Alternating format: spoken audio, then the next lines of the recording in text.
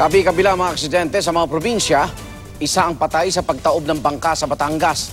5 naman ang patay sa magkahiwalay na insidente sa Eastern Samar at Bataan. Narito ang report. Nagkayupi-yupi at nasunog ang kotseng ito nang makabanggaan ng isang 10-wheel truck sa Pilar, Bataan. Pati harapan ng truck nawasak. Dead on the spot ang 2 lalaking pulis na sakay ng kotse. Nakakulong naman sa istasyon ng pulis ang driver ng truck habang gumugulong ang investigasyon. 3 naman ang patay nang bumangga sa railing ang isang van at magpaikot-ikot sa kalsada sa may dulong Eastern Samar. Dito muna tumama bago tumama naman ulit. Tapos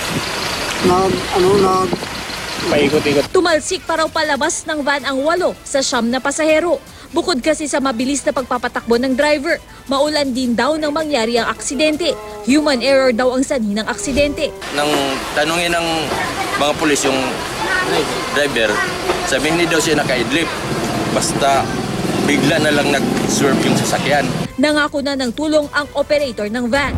Nauwi rin sa trahedya ang pagpasyal ng 4 na lalaki sa Taal Lake kahapon matapos ang isang birthday party. Pinasok ng tubig ang kanilang bangka.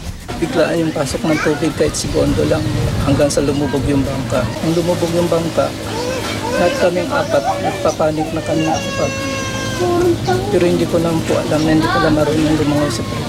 Nakaligtas ang 3 sa kanila habang sa malalim na bahagi na ng lawan na-recover ang bangkay ng kanilang kaibigan.